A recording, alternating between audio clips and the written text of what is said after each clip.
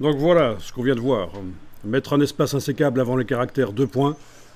Remplacer 2 points sans espace avant eux par 2 points avec espace avant eux. Et régler le problème que ce remplacement pose sur les 2 points qui avaient déjà un espace insécable avant eux. Remplacer 2 espaces par un seul. Mémoriser un recherché remplacé. Et on a parlé du remplacement grep.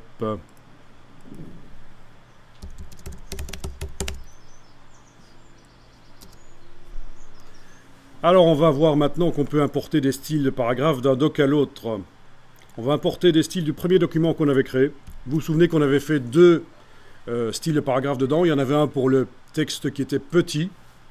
Eh bien on va aller faire ça, on va importer, parce que la première fois on avait récupéré dans le deuxième document, on avait récupéré le style de paragraphe en copiant-collant le texte du premier document vers le second.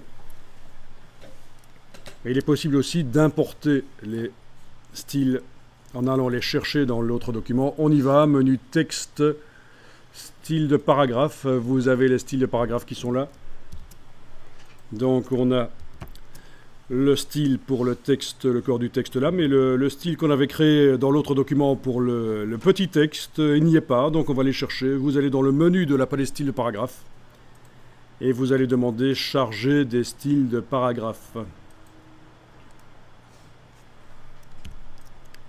Et vous allez devoir naviguer jusqu'au premier document qu'on avait créé. Il faut le sélectionner tout simplement. Ça ne va pas ouvrir ce document, ça va aller chercher les styles qui sont dans ce document. Voilà, vous avez la boîte de charger les styles. Alors, on vous dit, tiens, il y a des conflits. Vous avez déjà dans votre document ici, le deuxième là que vous êtes en train de travailler, vous avez déjà un style qui s'appelle paragraphe standard et vous essayez d'importer un style qui s'appelle paragraphe standard. Vous avez déjà un style qui s'appelle corps du text body, vous essayez de l'importer. Donc là, il offre la possibilité de remplacer le style qui est dans notre deuxième document par celui qu'on importe, ou alors de ne pas le remplacer, de l'importer en le changeant son nom. Ben, il faut faire ni l'un ni l'autre. Le corps du text body de ce document ici, on l'a modifié en fait. Vous vous souvenez qu'on a été faire en sorte que le texte colle sur la grille de ligne de base. Ça, dans le premier document, le style corps du text body ne l'a pas. Hein, cette fonction de faire coller le texte sur la grille de ligne de base. Donc si j'importe le style là, ça va être la cata. Je vais perdre ce que j'ai fait. Donc je décoche. Le seul que je veux importer, c'est celui-là en fait, qui n'existe pas encore dans mon document. Donc vous avez décoché les 2 autres styles, vous allez cliquer sur OK, et voilà, il a été importé. Comment importer des styles d'un document à l'autre? Ça fonctionne de la même manière pour les styles de caractères, les styles d'objets, les styles de tableaux, les styles de cellules de tableau. En gros, ce sont les types de styles qui existent dans InDesign. Voilà. Dans menu fenêtre style, vous avez tous les styles qui existent dans InDesign. Style d'objet, on y a touché. Style de paragraphe, on y a touché. On n'a pas encore vu les styles de caractères et de cellules de tableau et de tableau non plus. Mais en tout cas, voilà, ça marche de la même manière. Pour tous les autres styles, il faut les charger.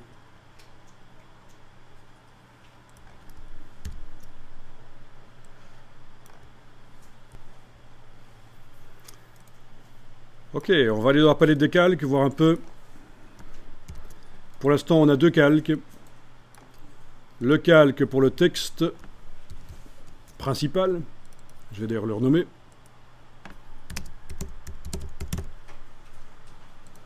Le calque pour les images, mais on va créer un 3e calque, le calque pour les blocs texte flottants. C'est-à-dire qu'ils vont se comporter un peu comme des images, mais ce sera du texte.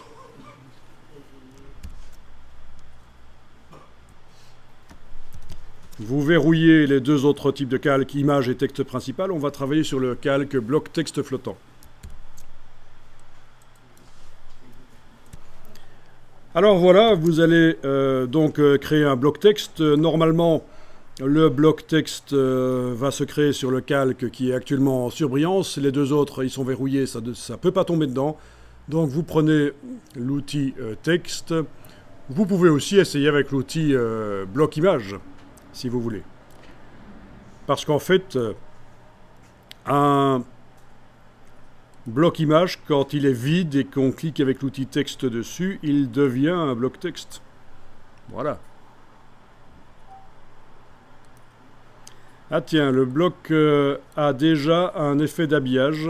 D'où est-ce que ça vient? Est-ce qu'il utiliserait un style d'objet?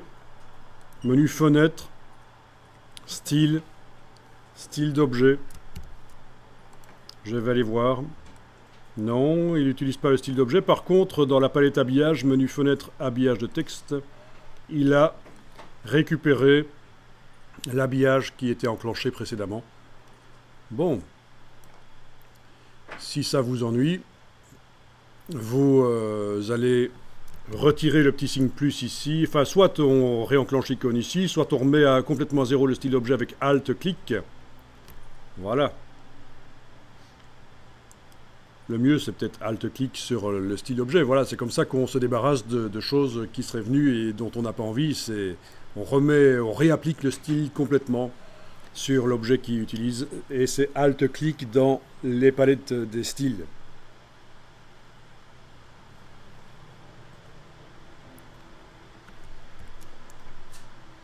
Ceci dit, l'habillage, c'était pas mal ici. On va le réenclencher. Habillage. Éloignement avec la marge. Ah oui, tiens, on va remettre la chaîne pour que la marge se fasse dans tous les sens, pourquoi pas. Voilà. Vous avez donc un bloc texte. Là où on le positionne, il repousse le texte.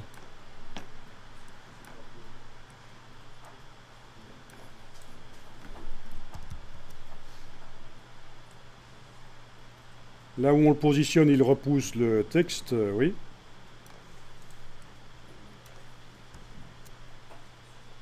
Ben ça, c'est comme les images, on avait fait ça.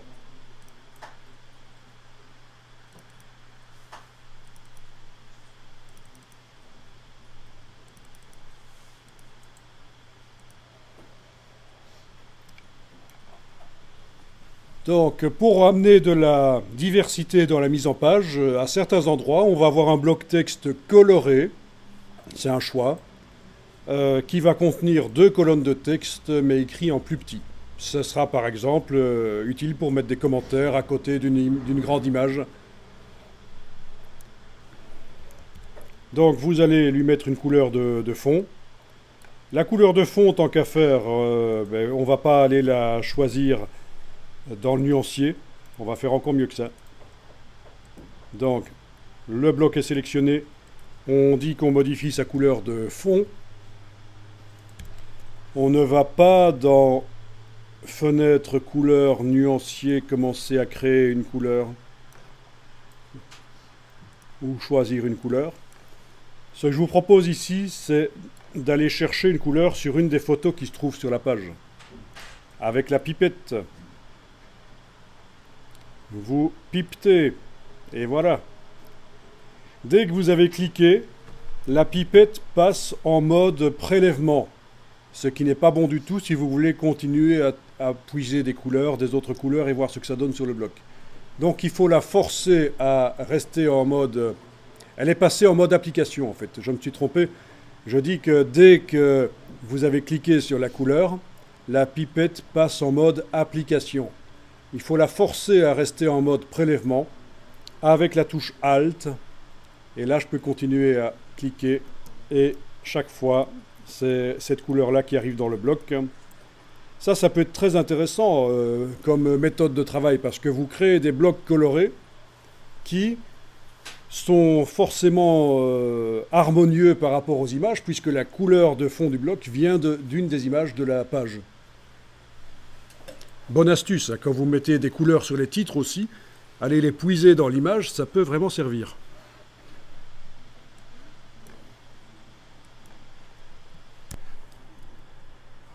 Bien, vous allez mettre le curseur texte dans le bloc